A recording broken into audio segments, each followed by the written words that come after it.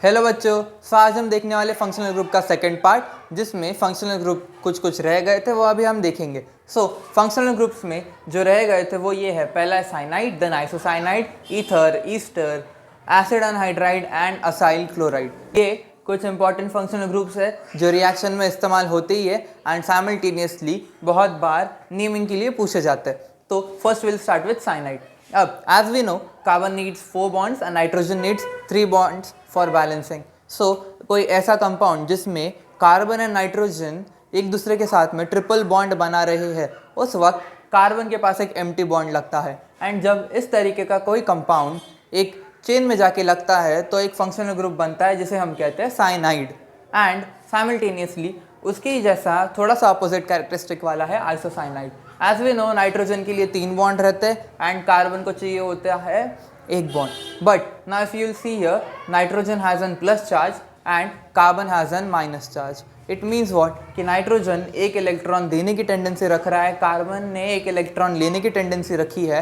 And due to this exceptional behaviour यहाँ पर ये कंपाउंड बनता है आइसोसाइनाइड, जिसमें कि नाइट्रोजन के पास 3 बॉन्ड होते हुए भी वो और एक एक्स्ट्रा बॉन्ड बनाता है क्योंकि उसने एक इलेक्ट्रॉन दे दिया है एंड कार्बन ने एक इलेक्ट्रॉन ले लिया है, इसीलिए कार्बन सिर्फ 3 बॉन्ड बनाकर भी सैटिस्फाइड एंड बैलेंस्ड रहता है। एंड अब जब हम इनके सफिक्स की बात करेंगे तो फिर हम जब साइनाइड कंपाउंड इस्तेमाल करते हैं तो हम कहते हैं साइनाइड या फिर nitrile. If will check with an example, suppose it is CH3। CH3 माने मिथाइल कंपाउंड। एंड जब इस मिथाइल कंपाउंड को साइनाइड ग्रुप अटैच होगा, so it will look something like this.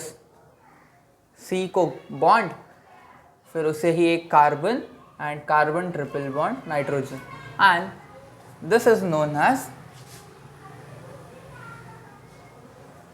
Methyl cyanide और एल्स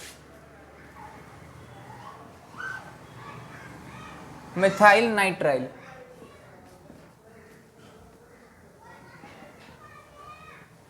सेम फॉर आइसो, अगर यही compound वापस लिया जाए CH3 एंड इसमें मैं लगाऊँ अब nitrogen triple bond carbon, nitrogen with an extra positive charge and carbon with an negative charge, तो इसका नाम बन जाएगा मिथाइल आइसोसाइनाइड। एंड इसके लिए नाइट्राइल का कोई और एक शब्द या फिर कोई एक्स्ट्रा सिनॉनिम्स नहीं रहता। अब हम आगे बढ़ेंगे विद ईथर एंड ईस्टर, जो सबसे ज़्यादा कंफ्यूजिंग पार्ट है फंक्शनल ग्रुप में। नाउ ये थर्ड है ईथर। अब ईथर ग्रुप को जब हम देखेंगे तो ईथर का फॉर्मूला होता है COC, carbon single bond oxygen single bond carbon.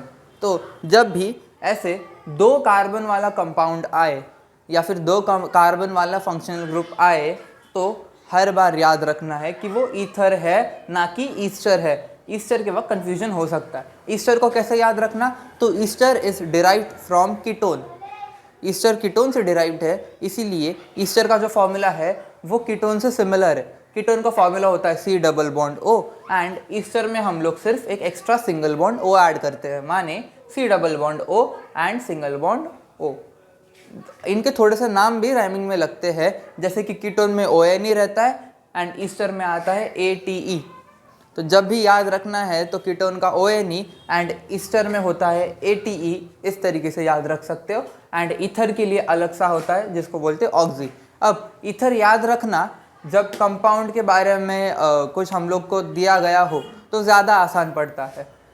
जैसे कि अगर देखा जाए, अगर मैं यहाँ पर एक कंपाउंड लिख दूँ by taking methyl, so CH3, suppose hydrogen दूसरी साइड को रख देता ताकि कंफ्यूजन ना हो। CH3 single bond oxygen single bond CH3। Now if you see OCOC, इस तरीके का कंपाउंड चाहिए OCOC एंड बैलेंसिंग के लिए 3 हाइड्रोजन हर कार्बन को मिल गए, तो ये बन गया ईथर। अब इसका नेमिंग होगा कैसे, तो देखोगे तो 2 मिथाइल कंपाउंड्स है, तो 2 मिथाइल कंपाउंड के लिए हम लिख सकते हैं डाइमिथाइल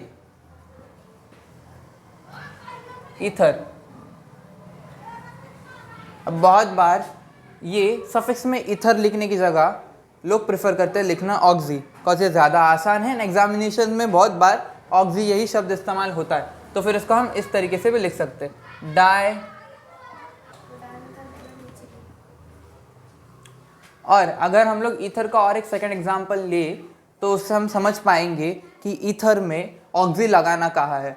सपोज अगर मेरे पास कोई एक ऐसा कंपाउंड है जिसमें मेरे पास है CH3 एक साइड को, आ गया बीच में ऑक्सीजन एंड C2H5। अब यहाँ पर है मिथाइल एंड यहाँ पर है इथाइल ग्रुप। अब देखोगे तो यहाँ पर एक कार्बन है, यहाँ पर 2 कार्बन है। हाइड्रोजन कैसे बैलेंस की, you can check it further. तो जब ऐसा कोई कंपाउंड आए तो इसका नाम लिखना कैसे, तो इसका नाम आएगा इथाइल मिथॉक्सी। अब इथाइल मिथॉक्सी का मतलब क्या है, तो दोनों में से जो बड़ा है उसके सफिक्स में YL ही रहेगा एंड दोनों में से जो छोटा है उसके सफिक्स में आएगा oxy. And as alphabetically E पहले आता है, M बाद में आता है, तो अल्फ़ाबेटिकल ऑर्डर से मैंने नेमिंग किया। E वाला जो कंपाउंड है उसको पहले लिखा, M वाले कंपाउंड को बाद में लिखा एंड M वाला ही छोटा था इसीलिए उसको मैंने ऑक्सी लगा दिया। जब भी ईथर ग्रुप में ऐसा कोई कन्फ्यूजन आए या फिर ऑक्सीजन के दोनों साइड्स को असिमेट्रिक कंपाउंड लगे हो, असिमेट्रिक माने ऐसे कंपाउंड्स जो एक दूसरे से मैच नहीं करते, जिनका नंबर एक दूसरे से कम ज़्यादा है, तो क्या करना, तो उस टाइम पे हमें ये फंडामेंटल याद रखना है कि पहले अल्फ़ाबेटिकली लिखना है एंड फिर जो छोटा वाला है उसको ऑक्सी लगा देना है। Now will go for Easter. अगर ईस्टर के एग्जाम्पल में मैं एक असिमेट्रिक एग्जाम्पल लूँ तो समझ में आएगा कि क्या करना है। अब ईस्टर में मैं लूँ तो फिर सपोज पहले मैं कंपाउंड लिख देता हूँ, C+O ∪O एंड देखोगे तो यहाँ इस कार्बन को एक एम्प्टी बॉन्ड है, इस ऑक्सीजन को एक एम्प्टी बॉन्ड है, तो मैंने वो बॉन्ड लगा दिए। अब मैं मेरी चॉइस से कोई भी कंपाउंड लिख सकता हूँ। तो वापस से मैं एक ऐसा असिमेट्रिक एग्जाम्पल लेता हूँ, इस साइड को मैं लिख देता हूँ CH3, इस साइड को लेता हूँ मैं C2H5। अब ये असिमेट्रिक तो हो गया। अब देखते हैं हम कि इसका नाम हम लोग कैसे लिख सकते हैं। तो देखोगे तो ईस्टर है तो AT आएगा एंड देन हम अगर देखें तो फिर यहाँ पर है CH3COO एंड देन C2H5। अब जब इस तरीके का कोई नाम आए तो इसमें हमें करना ये है कि जो ATE हम लगाते हैं सफिक्स में वो आ सकता है सिमेट्रिक एंड असिमेट्रिक में, जो छोटा वाला कंपाउंड है उसमें, सेम जैसे हम लोग ने ईथर में किया।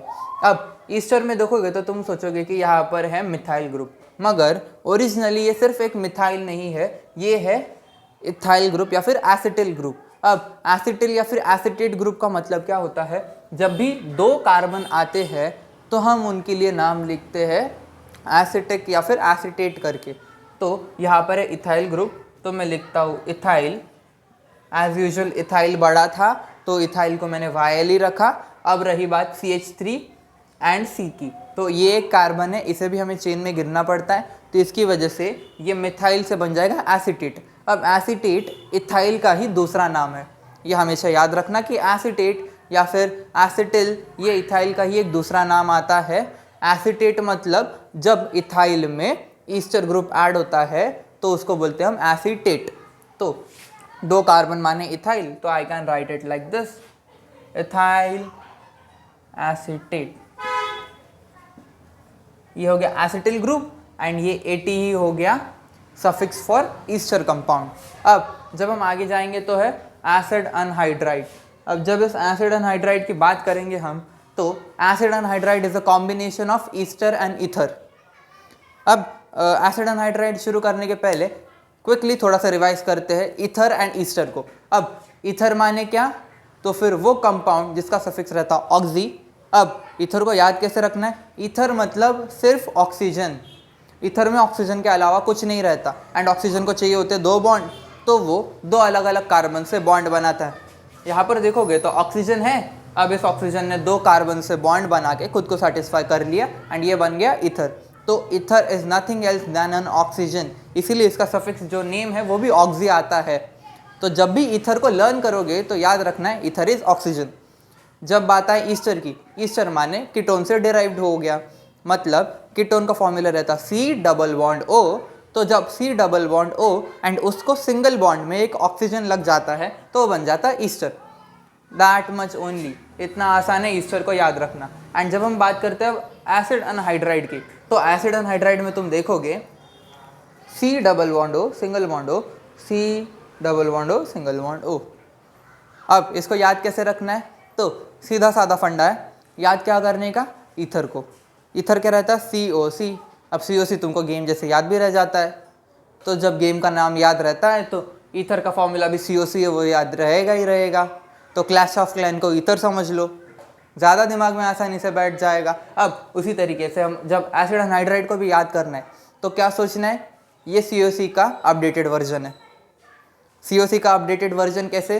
तो COC लिखना है और फिर जो भी एक C है वो एक एक C को हमको डबल बॉन्ड O लगाना है। दैट्स इट, हमारा एसिड अनहाइड्राइड बन जाएगा। अब एसिड अनहाइड्राइड में देखोगे तो वही है COC डबल बॉन्ड O। अब इसका जो सफिक्स नेम है वो भी है अनहाइड्राइड। अब इसके लिए ज़्यादा अलग से कुछ नहीं बनाते हुए इसका थोड़ा सा आसानी बना के देखते हैं। C single bond O single bond C, ये हो गया अपना COC। COC को मैंने लगा दिया डबल बॉन्ड O, एक एक बॉन्ड एम्प्टी है, उस बॉन्ड को लगा दिया H3। अब इसका नाम क्या होगा? तो इसका नाम क्या हो सकता है? Acetyl anhydride. अब एसिटिल क्यों? 2 कार्बन है, तो सीधी सी बात है, जब भी 2 कार्बन दिखे एसिटिल अनहाइड्राइड लिख दो, तो इसका नाम आएगा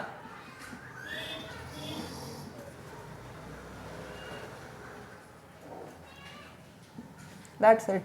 and now the last one is acyl chloride. अब असाइल क्लोराइड हमारे हलाइड ग्रुप जैसा ही है। हलाइड मतलब वो ग्रुप जो हाइड्रोजन से डिराइव होता है, क्लोरीन, फ्लोरीन, ब्रोमीन, आयोडीन, ये 4 जब हाइड्रोजन किसी भी कंपाउंड में लगते हैं तो वो हमारा हलाइड ग्रुप बनता है। उसी तरीके से असाइल क्लोराइड एक ग्रुप है। असाइल का मतलब होता है carbon, oxygen and then chloride का मतलब है chlorine basically. So C double bond O and single bond Cl is the form of acyl chloride. अब ये असाइल क्लोराइड के लिए हम लोग को क्या करना है? पहली बात तो functional group as it is लिख देते हैं, C single bond Cl double bond O, रहा एक बॉन्ड। अब मैं क्या करता हूँ?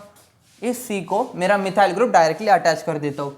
इसीलिए अल्कील ग्रुप को लर्न करना इंपॉर्टेंट है। मिथाइल, इथाइल, प्रोपाइल, ब्यूटाइल, ये सारे ग्रुप्स को ये ग्रुप के जो भी सीरीज है इसको लर्न करना इंपॉर्टेंट है, क्योंकि जब तक वो लर्न नहीं होगा हमको समझेगा नहीं कि हमें फंक्शनल ग्रुप में कौन से कंपाउंड का अटैच करने से क्या आउटपुट मिलेगा। So it's better previous video देख के वो सीख लो।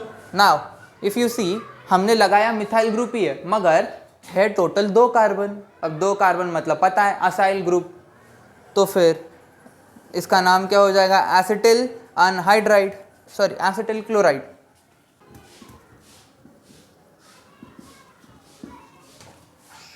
This will be the name of this group।